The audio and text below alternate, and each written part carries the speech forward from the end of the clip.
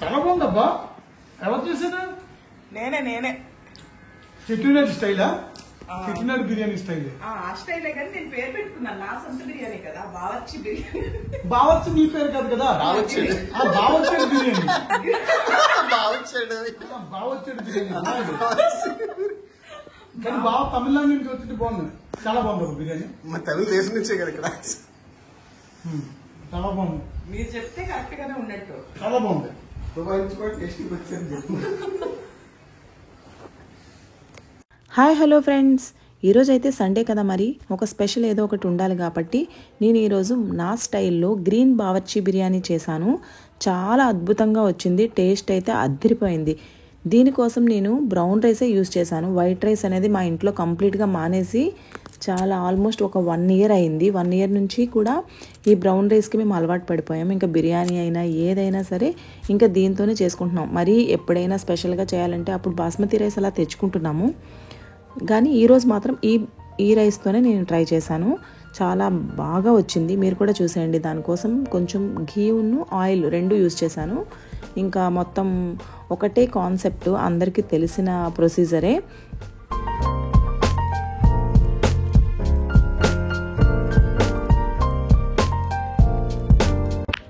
దీనికోసం ముందుగానే రైస్ కూడా నానబెట్టుకోవాలి. అలాగే చికెన్ కూడా మ్యారినేట్ చేసి పెట్టుకోవాలి.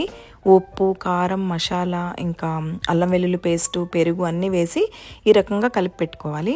అలాగే వీటికి ఆనియన్స్ కూడా చాలా బ్రౌన్గా వేగితే టేస్ట్ ఇంకొంచెం బాగా వస్తుంది, కొంచెం డిఫరెంట్గా వస్తుంది అనమాట.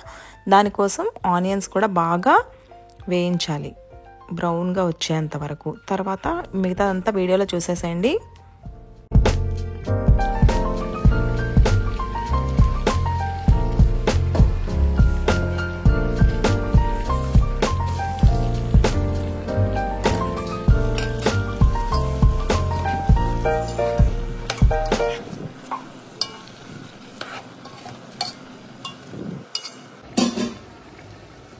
మెయిన్గా ఈ బిర్యానీ కోసం మనం గ్రీన్ పేస్ట్ రెడీ చేసుకోవాలి. ఇదే మెయిన్ ఇంగ్రీడియంట్ దీంట్లో.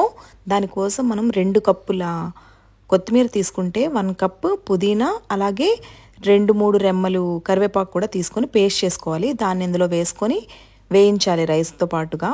వేయించిన తర్వాత వాటర్ పోసుకోవాలి. వాటర్ పోసుకొని ఇంకా సాల్ట్ అన్నీ వేసి కుక్ చేసుకోవాలి బాగా ఉడికినంత వరకు.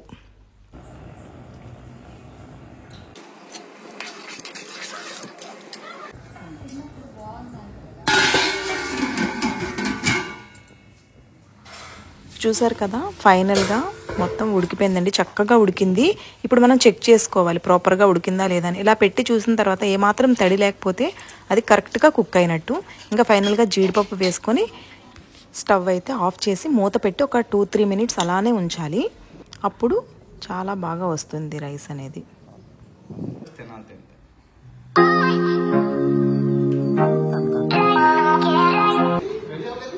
అయిపోయింది. ఒక 2 minutes. 2 minutes రండి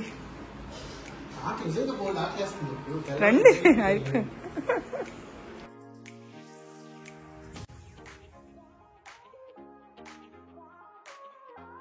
ఓకే,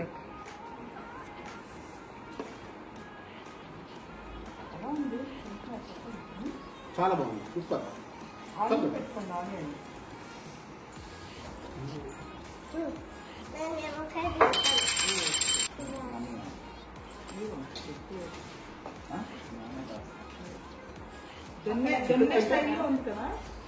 చెప్పినట్టు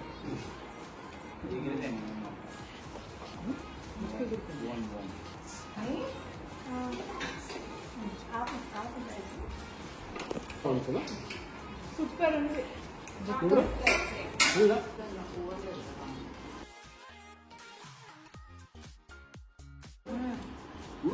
చాలా బాగుంది. Green Bawarchi, green Bawarchi biryani.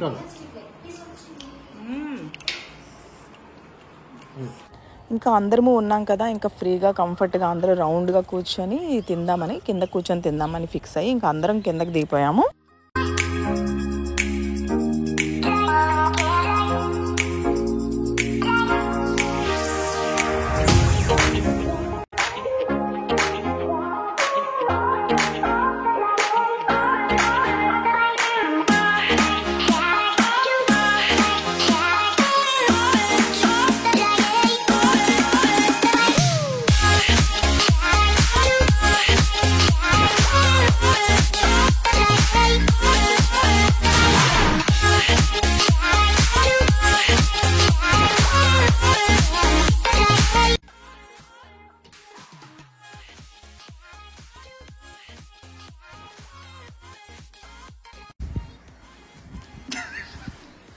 చాలా బాగుందబ్బా.